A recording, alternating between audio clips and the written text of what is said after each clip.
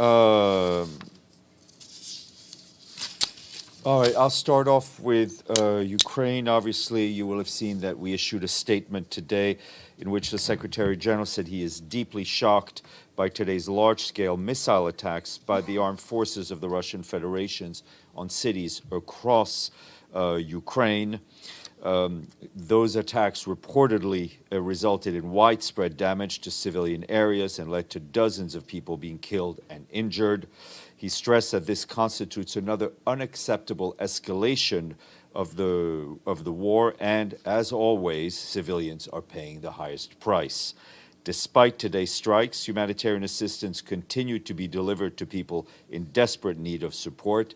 That's according to our humanitarian coordinator on the ground, Denise Brown. She asserted that humanitarian aid will not stop, and she, of course, expressed her own shock at the events today. Turning to Haiti and the situation on the ground there, I'll start off first with the humanitarian situation, where as of yesterday, there were 32 confirmed cholera cases, 224 suspected, and 16 confirmed deaths. Despite access and logistical challenges, we and our humanitarian partners are supporting the Ministry of Health on the cholera response. More than 43 health facilities around Port-au-Prince and the center region have been identified and will be used to treat cholera patients. 12 health facilities are currently receiving patients for treatment. Water points have been installed, and water and sanitation teams have begun to do training and chlorination interventions. Risk communications and community engagements efforts are ongoing and currently target 1 million people a day with text messages in Creole. Also, cases of cholera have been identified in the national prison in Port-au-Prince. As of yesterday, according to authorities, there were 2 confirmed cases, 9 deaths, and 39 suspected cases of cholera.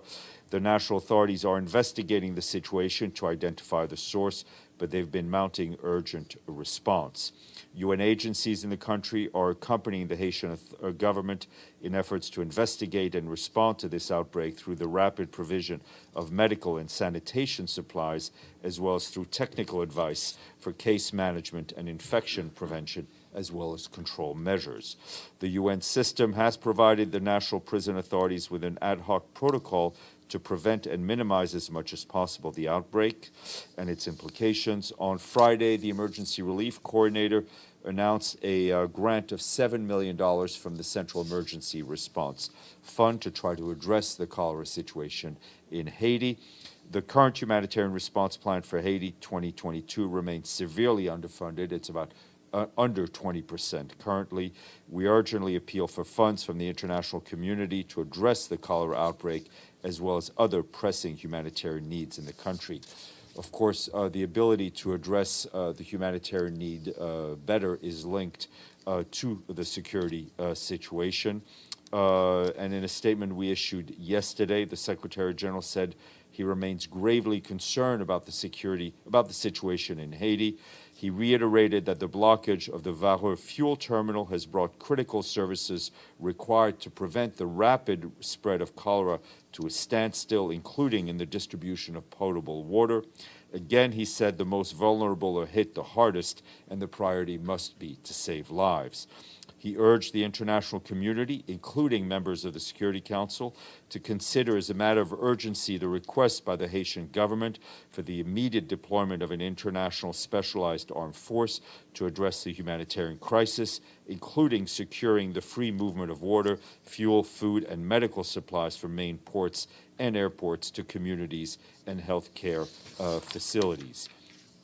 Yesterday, as you will have seen, the Secretary General submitted to the Security Council a letter with options for enhanced security support to Haiti, as requested in its resolution 2645.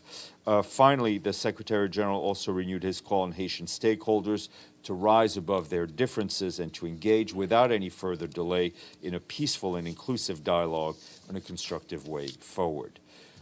Staying in this hemisphere, You will have seen the landslides in Venezuela, and I can tell you that the Secretary General is deeply saddened to learn about the devastating landslides that took place in Dujarric in Venezuela. He extends his sincere condolences to the people and government of Venezuela, particularly those who have lost family members, homes, and livelihoods.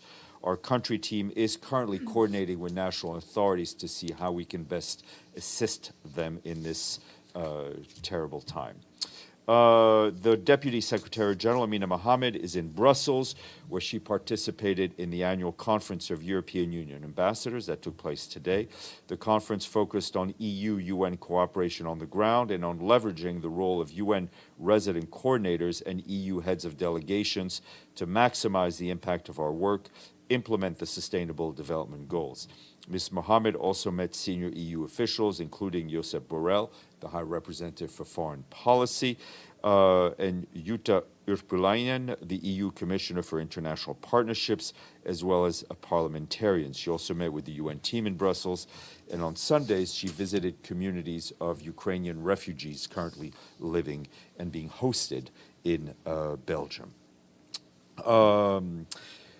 Moving on to Syria and the humanitarian situation there, with the winter season expected to be one of the toughest in the country due to fuel and energy shortages and the worsening socioeconomic situation, some 6 million people will require humanitarian assistance to cope with harsh winter conditions. That's a 33% increase compared to last year. This year's winter response strategy focuses on helping people most at risk, including those living in remote and high-altitude areas, and the most vulnerable, such as children, the elderly, pregnant women, people with disabilities, and people with chronic medical conditions. Among those prioritized for assistance are displaced people who live in tents and makeshift shelters, including 800,000 people residing in tents in northwest Syria. Some $200 million is urgently needed to fill the funding gap and allow our partners to meet winter-related needs between October and March.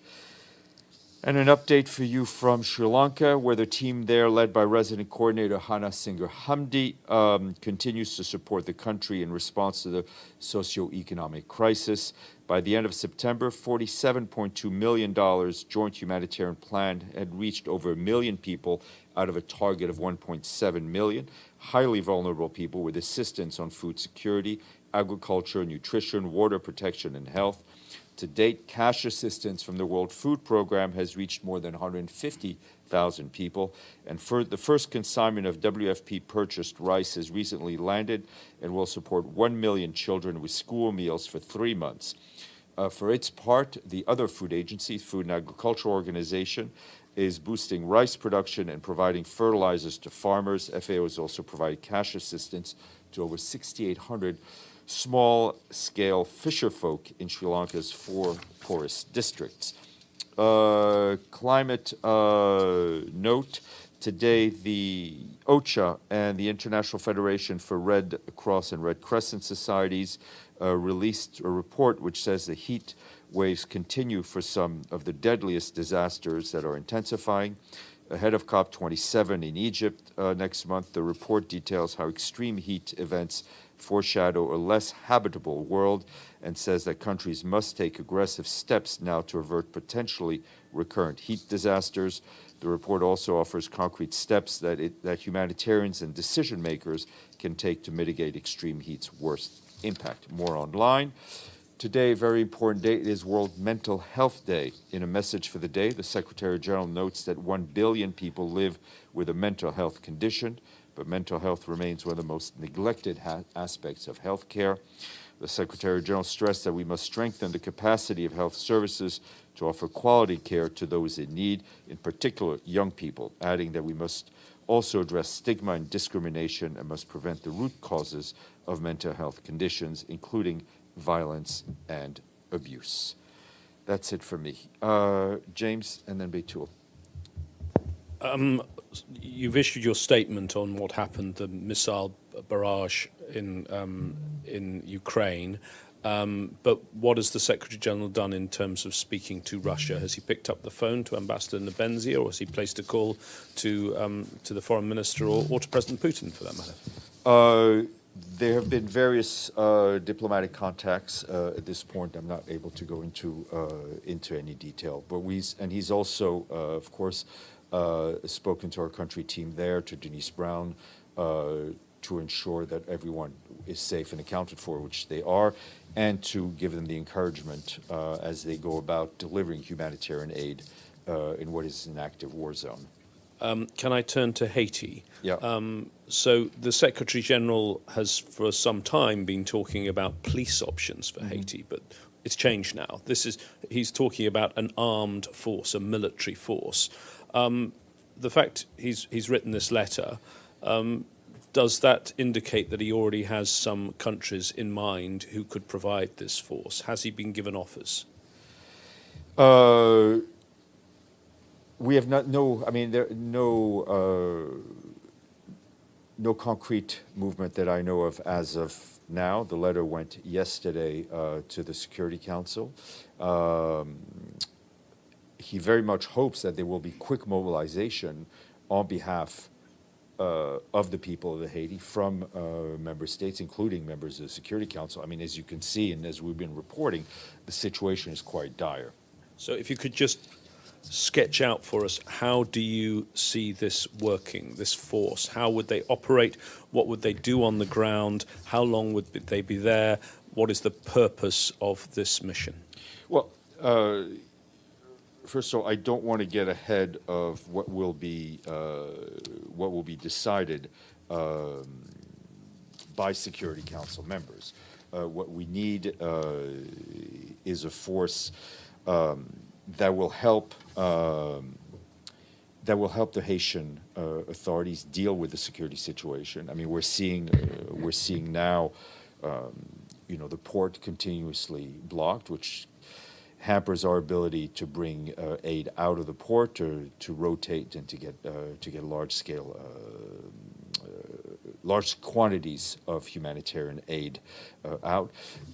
As I think the Haitian government has made it clear that they remained opposed to a return to peacekeeping, the bilateral support proposed is to complement basically the mandate of the existing UN political mission, which focuses on political stability, good governance, and of course the development of the Haitian National Police. Betul. Thanks, Steph. James asked both of my questions, but just to clarify on Ukraine, you said that the SG had contacts with various officials. Are they Russian officials? Can you just clarify? What I've said is that diplomatic contacts have been had at various levels. I did not say the SG spoke to any Russian officials. And can you tell us who those officials were? What I can tell you, though, is that he did speak to President Zelensky this morning about the current situation in the country. And were there any Russian officials among them? In terms of the SG's own contacts this morning, no, not so far. And was it only President Zelensky the SG was in contact with? I mean, this morning, as of an hour and a half ago, he spoke to President Zelensky. And any other contacts? Sorry? Any other contacts he had? If there's more contacts to be shared, I will share them with you. Sorry, yes, we'll go here. Please, go ahead. I wanted to ask about another energy attack that happened in Europe, because Russia this morning attacked all the supply chains of Ukrainian electricity, which partially covered Russian gas lack in Europe, since Ukraine joined the ETNOS European system, like the central one European system. We reconnected right before the war. So Ukraine was partly compensating Russian gas Europe lost. And now Ukraine forced to stop export to Europe because we don't have enough of our own energy now. I think this can be considered second attack, that is attack on Europe too. Will there any statements from Secretary General about the energy war Russia is waging? Look, I mean, I think the Secretary General's statement this morning is fairly clear and also very broad about what we've seen is an unacceptable escalation of this war. We have seen since the beginning of this conflict civilian infrastructure being hit, which we've continuously condemned. Yep. Thank you, Stéphane. I just want to clarify. I'm a bit confused. You said that the humanitarian aid in Ukraine will not stop, but last Friday you mentioned that the humanitarian aid that were coming to Izum will be delivered only if it's safe to the UN mission. So does it mean? I mean, because now it's relatively there is no any safe place in Ukraine. Obviously, our UN team on the ground is operating in difficult conditions and what is in active war zones. There are different levels of safety that we feel we can risk and others we can't risk. So we will continue to deliver humanitarian aid. Obviously, if there is, if you are, and this is on a case-by-case basis, right? We're only operating currently in areas where we can operate, which is areas under the control of the Ukrainian government. If there is a firefight going on, we're not going to go forward. But obviously, all of Ukraine, and especially the areas in the east and the south, are dangerous, but we're still operating there. And just a quick question. There is an information that Russia is going to forcibly take 30,000 people from occupied Kherson to so-called recovery treatment. And Ukrainian authorities are saying that probably these people will not come back to Ukraine, and kids are also in this, numbers of people. So is there any statement, information about that? I don't have any information about what different parties may do. What I can tell you is that we've always spoken out against the forced movement of people, right, and expressed our concerns about those types of operations, and I think that was done very publicly in the Security Council recently. Miriam. Thanks, Steph. President Volodymyr Zelensky said today that the attacks that happened all over Ukraine and the drones that were made by Iran were used. Does the Secretary General have any message to Iran in regarding helping out Russia? We have no way of knowing where the weapons come from. What I can tell you is that sadly we have seen all over the world an exponential growth in the arms trade, right, and arms sales all over the world, and we're seeing the impact that it's having. Deji. Steph, you just said a few hours ago the Secretary General talked to President Zelensky. What topics has this conversation covered, except for the airstrikes that happened it today? covered the ongoing situation in Ukraine, which is not a surprise, and the Secretary General basically reiterated what he'd said in his public statement. But I don't have any more details to share with you. Okay, and the second question, it's a broader picture question. For the past 2 weeks, we saw new things that related to this conflict, no matter it's the sabotage of the Nord Stream pipeline, the explosion in the Crimean Bridge, or today the explosion. Does the Secretary General think this conflict is going to the wrong direction? Clearly. And how can, like you just said, the Secretary General has various contact with the Russian side and the Ukrainian side. How can the UN in this scenario, to help to cool down the situation? Well, the Secretary General will do whatever he can to, quote unquote, cool down the situation. But I think if he were here today, and you'd asked him if he remains of the opinion that he doesn't see an immediate end to this war, he would restate his opinion. It is going in the wrong direction. Alan, sorry. It's Monday, sorry. Thank you so much, Stéphane. I have a question regarding the statement by the SG regarding today's massive missile strikes.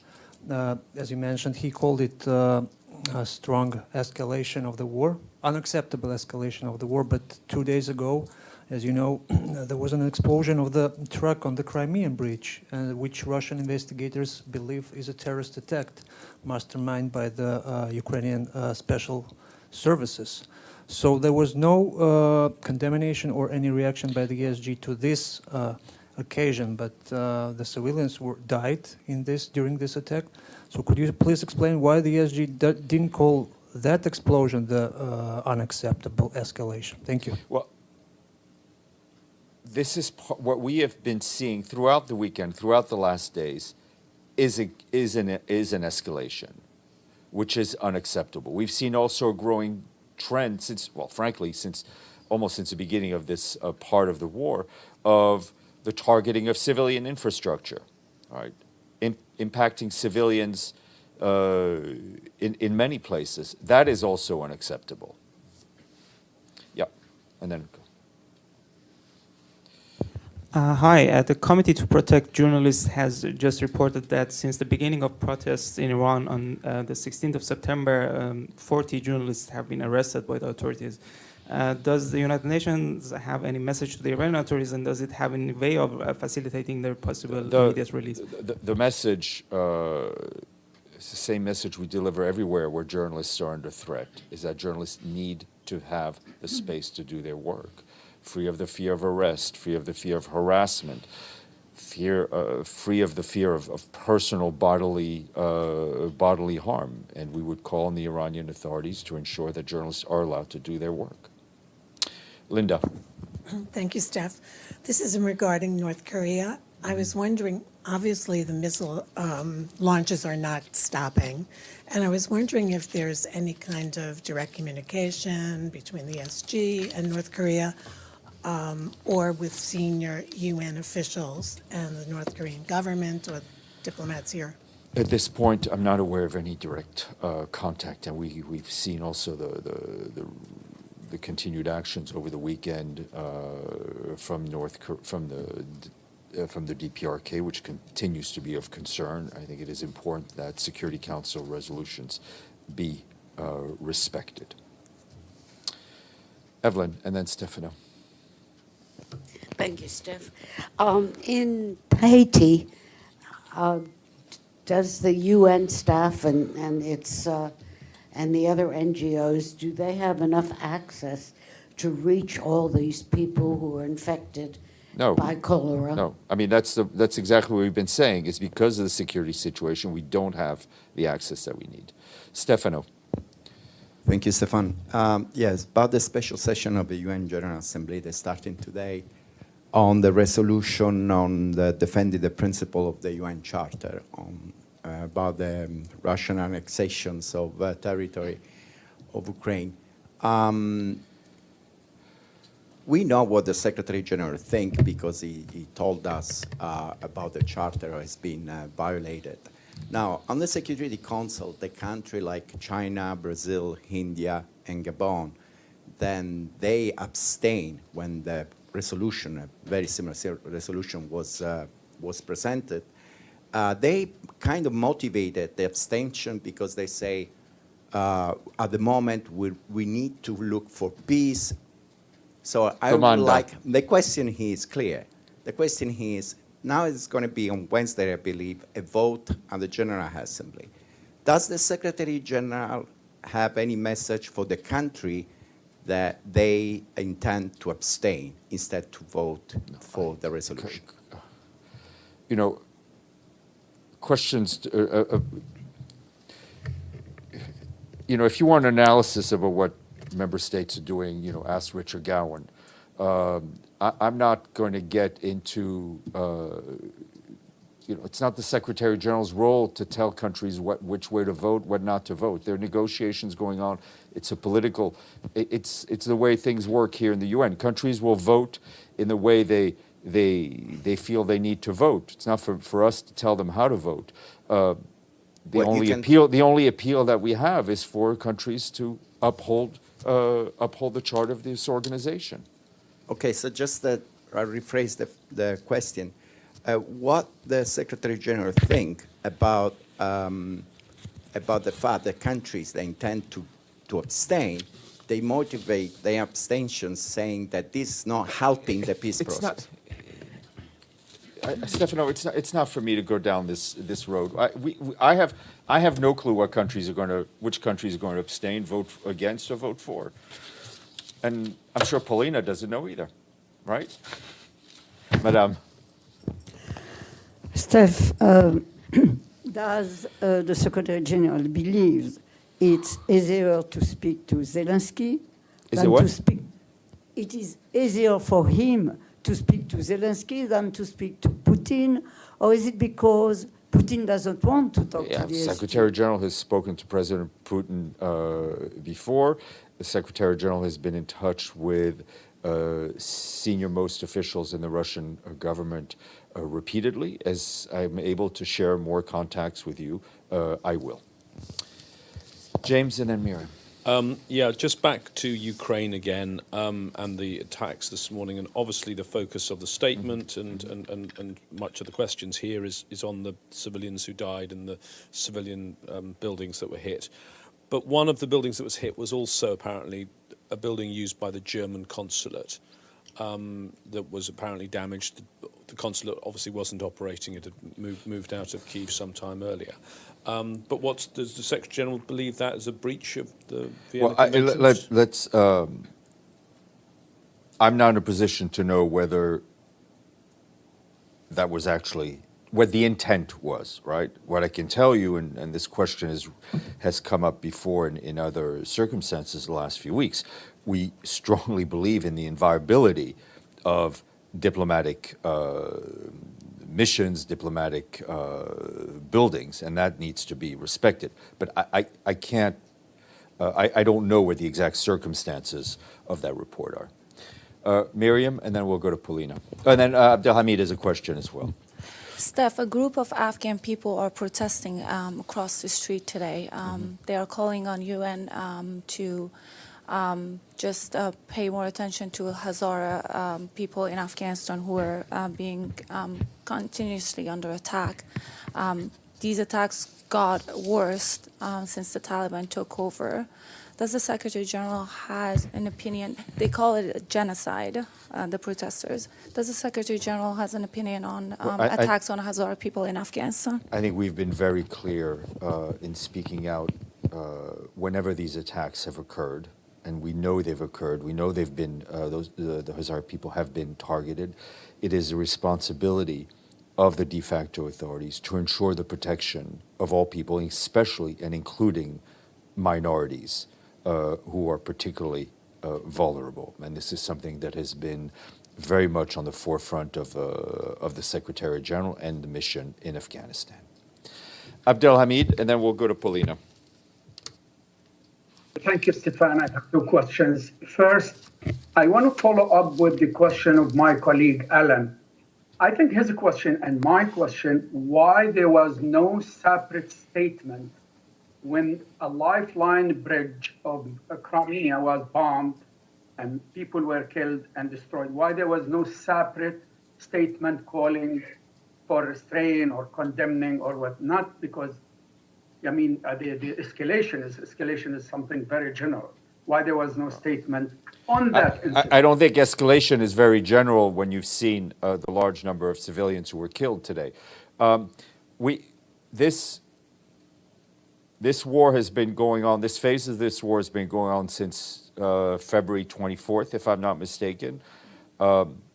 We have not, just because we have not issued a statement daily on everything that has happened and on the suffering of civilians that this war has caused, doesn't mean we don't stand against the targeting of civilian infrastructure, and so forth. Your second question.